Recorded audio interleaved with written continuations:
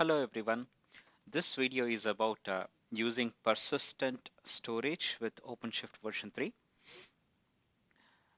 In order to understand why we need persistent storage, let's look at an example first of a non-persistent storage. If you have seen my earlier videos, you would already know how to spin up a MySQL application component on OpenShift. And I did exactly the same thing. I have a ephemeral MySQL database that is spun up, and let's use it first to see how it looks like.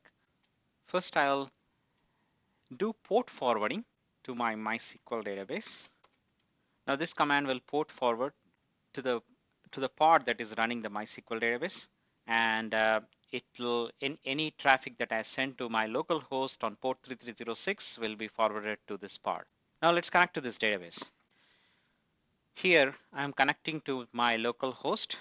It's 127.0.0.1, and I'm connecting to port 3306 because this gets forwarded to the pod. I'm using username Veer and password Veer, which I gave when I was creating that database. If I say show databases, it will show me a sample database. I'll use that. I'll add a table named users, and I'll insert a few rows. Now if I do select star from users, you'll see that there are 3 records. I'll exit from this database. Now there is some data that I added to this database, right? Let me cancel this port forwarding.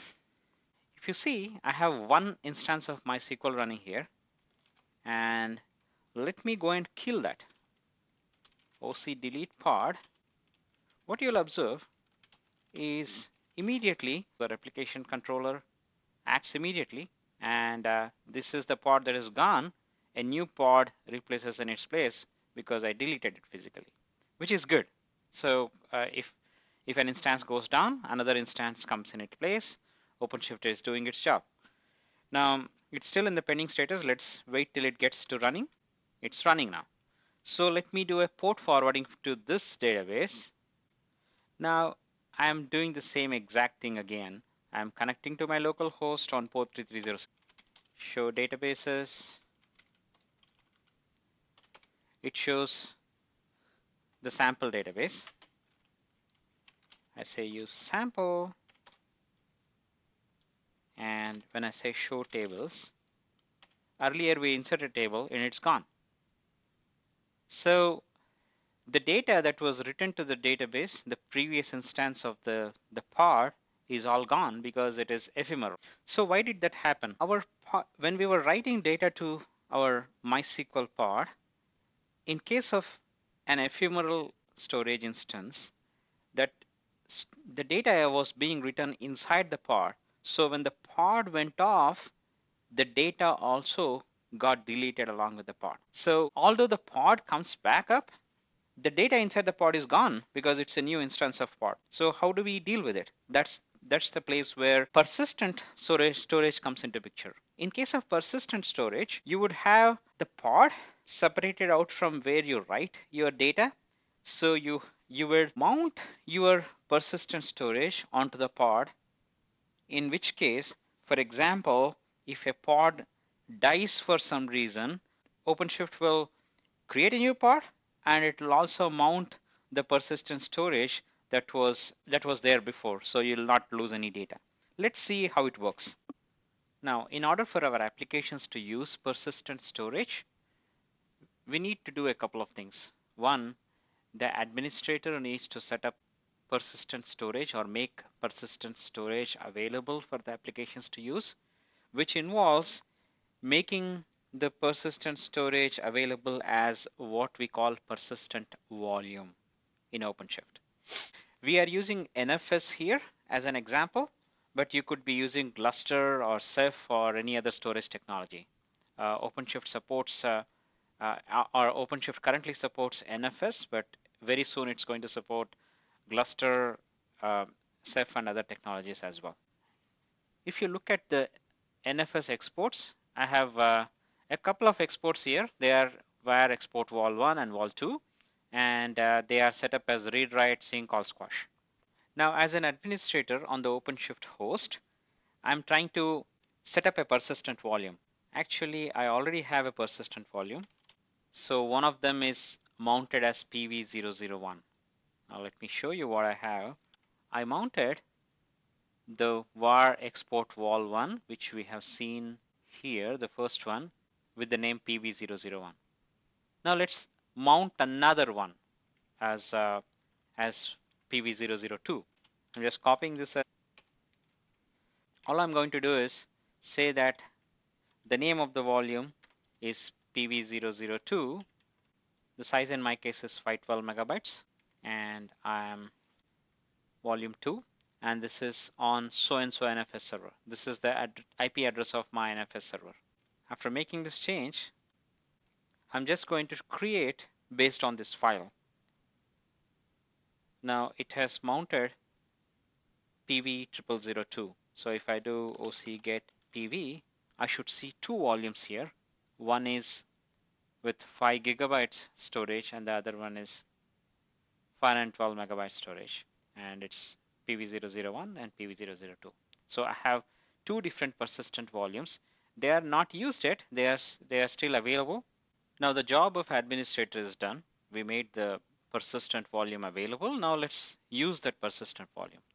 So I have a new project, and I'm going to create an a database using MySQL persistent template. So here you see MySQL persistent template. I'm going to use that, and I will edit the parameters. I will give the same username password. We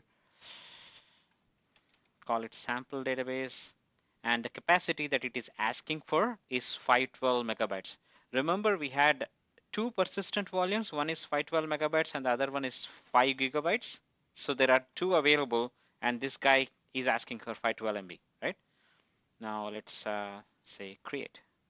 Now at this time, OpenShift will spin up a new pod for this MySQL database, and it will also create what we call persistent volume claim. Because this is a persistent database, it'll ask for persistent volume claim, which will go and pull the use one of those persistent volumes available. So I'm using the persistent project. If I say OC get pods, this MySQL pod is spinning up. It's not ready yet.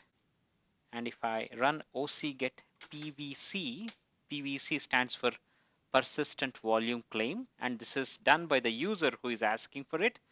And if you look at it, it is actually now it has created a persistent volume claim, and that persistent volume claim is bound to PV0002.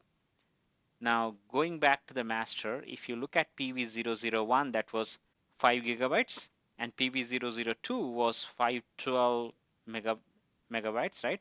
We asked for 512 megabytes, so OpenShift has automatically matched. In spite of two being available, it picked the one of the right size, and it got that allocated to the persistent volume claim. Now if I do run OCGet PV, it shows that the persistent volume 002 is bound to the MySQL volume claim that got created when we created the application. Now let's use this and see how it works. Now I'll do the same thing like before. I'll port forward to the MySQL pod, and from the other window I'll try to access the MySQL client. I'll use the sample database. I'll add a table. I'll insert a few users. I see all my users. Exit. Now let me cancel port forwarding, and let me delete the pod like before. OpenShift spins up a new pod again. It's in the pending status. Now it is running. Let me port forward to this again. I'll go back and connect to this new pod this time. Use a sample database, show tables. Now the users table that we added before is still there. In case of our non-persistent example, this was missing, right? So let's say select star from users, it shows the data. So this is exactly what we wanted. So even if you delete the pod, another pod comes up, it connects to the same persistent storage as before, and the data is available to use, right? So that gives us the advantage of persistent storage behind the pod. This is what just one example. Database is just a simple example. You could be using persistent storage in different ways. Perhaps you could be writing some data as files directly from your application onto the persistent storage, and that data is available across multiple pods. So effectively, you could have multiple pods of your application sharing the same persistent storage at the same time. So they could all be writing data into the persistent storage, and it is available across all the applications, right?